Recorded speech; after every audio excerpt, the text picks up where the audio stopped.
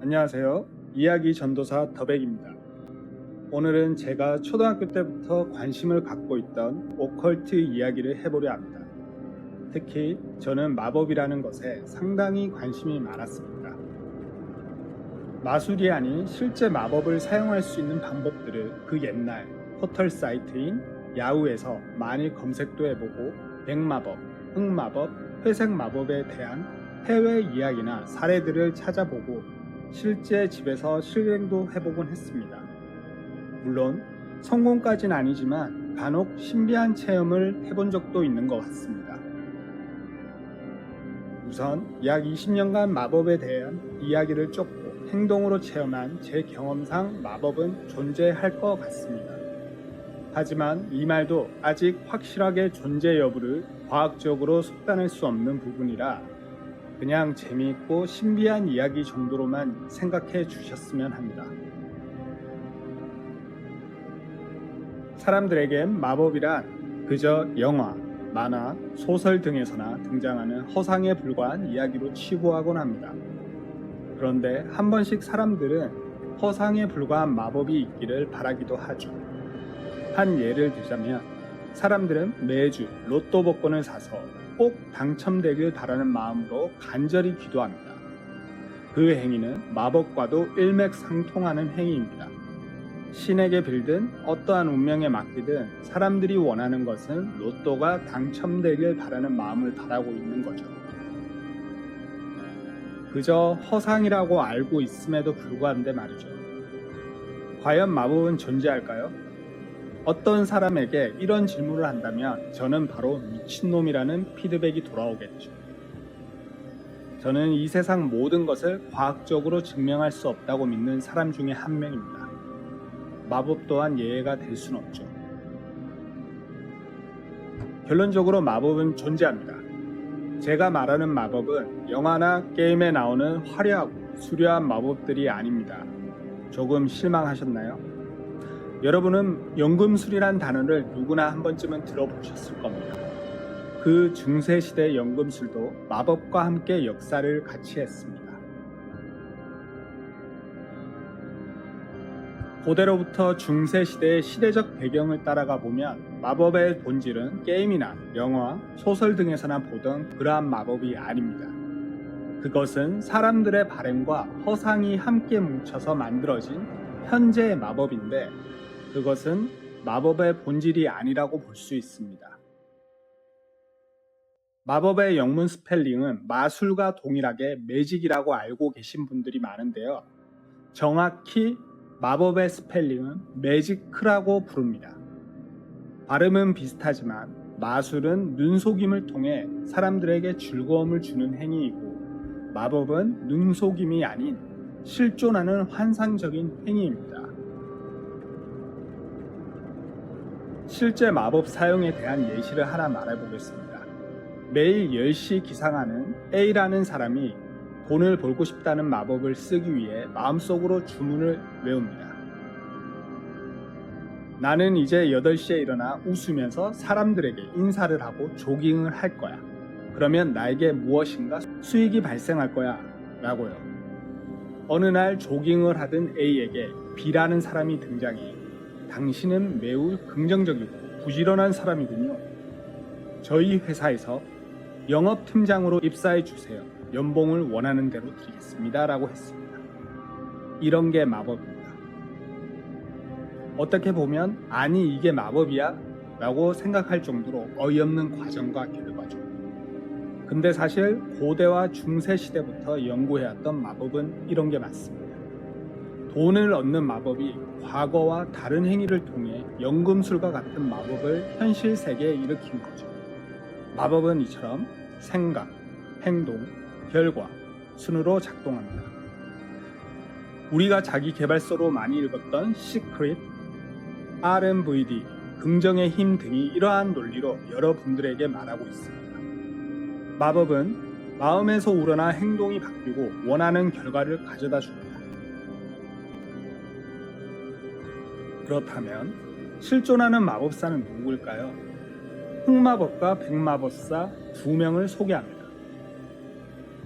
흑마법사 알레이스터 크로울리. 알레이스터 크로울리는 20세기 실존했던 유명한 흑마법사입니다. 그는 흑마법과 사탄 숭배 등의 영역에서 압도적인 인지도를 자랑하는 인물이죠. 그는 호루스 신의 율법으로 텔레마의 사원을 지은 장본인이기도 합니다. 현대 오컬트 신비주의 문화가 형성되는데 지대한 영향을 준 인물이고, 좋은 의미에서든 나쁜 의미에서든 절대 보통 사람은 아닙니다. 오늘날 전복학이나 판타지 매체에서 등장하는 흑마술, 카발라, 신화, 타로, 마도서 등에 대해 찾아보면 적지 않은 내용이 이 사람이 정립한 것이거나 그 흔적이 남아 있습니다. 특히 타로 카드는 그가 완성한 것이라고 봐도 과언이 아닙니다. 그는 당대 수많은 자칭 마법 결사와 마법사들에게 조언자 역할을 하며 계몽주의 시대 이후 맥이 끊겼던 오컬트 문화를 다시 부흥시킵니다. 다음은 흑마법사와 대비되는 백마법사에 대해서 소개합니다. 또 다른 마법사 프란츠 바르더, 마법명은 프라바토입니다. 마법, 부정적인 것이라는 인식이 강하기 때문에 사실 그에 대조되는 바도는 세상에 잘 알려지지 않았습니다. 그는 빛의 사제, 이집트 신 터트의 화신이라고도 불렸으며 노자의 환생 등의 다양한 설이 많습니다. 그의 저서로는 헤르메스학 입문, 소환 마법 실천, 솔로몬의 열쇠 등이 있으며 그의 일대기를 담은 자서전 또한 있습니다. 솔로몬의 열쇠, 헤르메스한 인물을 저술한 만큼 대단한 인물이기도 하죠. 이외에도 세계적으로 아돈, 크롤리 이외에도 많은 마법사들이 존재했습니다. 예를 들어 맥글리거 메더스, 바이온 퍼춘 등이 그에 해당되는 마법사들이죠. 흑마법사 크롤리는 그대 뜻하는 바를 행하라 라고 하며 행하는 모든 것은 마법이다 라고 말했습니다. 모던 매직의 저자 도널드 그레이크 박사는 마법을 이렇게 정의했습니다. 마법은 과학이 이해 못하는 수단을 사용하여 의지에 따라 변화가 일어나도록 하는 예술이며 과학이다. 많은 이들이 마법을 초자연적인 힘이라고 여깁니다. 물론 틀린말은 아니죠. 하지만 SF계의 거장 아서 C 클라크는 이런 말을 했습니다. 진보될 만큼 진보한 과학을 마법과 비교하기라 어려운 것이다. 이는 고대 태양이 뜨고 지는 것을 초자연적인 일을 여겼던 것, 원시인이 불을 보고 신의 헌신이라고 믿었던 것, 불을 부릴 줄 아는 사람을 신의 대지라고 생각했던 것과 같은 것입니다. 따라서 많은 마법 연구가들은 지금의 초자연적인 마법들도 언젠가 진보된 과학이 밝혀낼 것이라고 말하고 있습니다. 과거의 마법은 미래의 과학이 됩니다. 사람이 아닌 단체도 있습니다. 가장 유명한 마법 단체가 바로 황금새벽회. 의외로 마법을 수행한 인물들 중 대중들에게 잘 알려진 인물들이 꽤 있습니다. 히틀러가 여러 가지 학문을 고루고루 접하고 특히 이런 신비학이나 초자연적인 현상의 매니아였다는 것은 대부분 아실 겁니다. 그와 황금새벽회는 밀접한 연관이 있습니다. 이외에도 비밀 조직 프리메이슨도 마법 단체 중 하나입니다. 마법은 크게 세 가지로 분류됩니다. 백마법, 흑마법, 회색마법 등이 이에 해당됩니다. 백마법은 자신의 신성한 수호천사와 대화하고 지식을 얻을 목적으로 행하는 마법. 흑마법은 자신이나 타인에게 육체적 혹은 비육체적 해악을 목적으로 행하는 마법. 회색마법은 자신이나 타인에게 육체적 혹은 비육체적인 도움을 줄 목적으로 행하는 마법.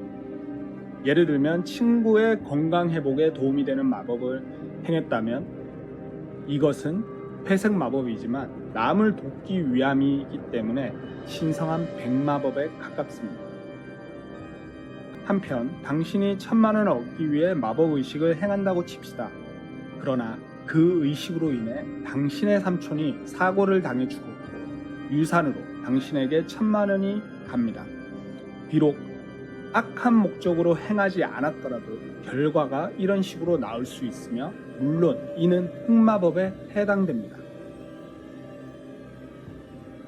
마법도 마찬가지고 모든 윤리 사상이 마찬가지이지만 부메랑의 법칙이 있습니다. 선을 행하면 복이 3배로 오고 악을 행하면 악재가 3배로 온다.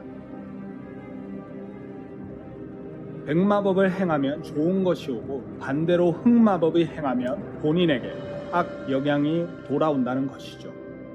동양에는 카발라에선 티쿤이라는 위반할 수 없는 법칙이 있습니다. 좋은 일을 하면 좋은 결과를 얻고 악을 행하면 그에 상응하는 대가를 받는다는 법칙이죠. 그래서 마법 수행을 흑마법으로 하는 수행자들도 웬만한 부정적인 마법 행위는 하지 않습니다. 그리고 여기에서 백마법, 흑마법은 게임에서나 나오는 그런 허무맹랑한 구분이 아닌 그 기준이 남을 돕거나 자신의 자아 발전을 위해 쓰는가, 누군가를 저주하고 해하려는 목적에서 쓰는가로 나뉩니다. 특히 마법과 진리는 세상 그 누구에게나 다 공개되어 있지만 준비되지 않은 자는 알 수 없다라고 합니다. 이처럼 마법은 여러분들이 행할 수 있는 행위입니다. 물론 구체적인 마법을 구사하는 원칙과 실행법은 있겠지만 마음가짐 자체만으로 우리는 마법을 사용할 수 있다고 믿는 건 어떨까요? 다음 마법 이야기에서는 어떻게 하면 마법들을 쓸 수 있는지 한번 방법론에 대해서 구체적으로 다뤄보도록 하겠습니다. 감사합니다.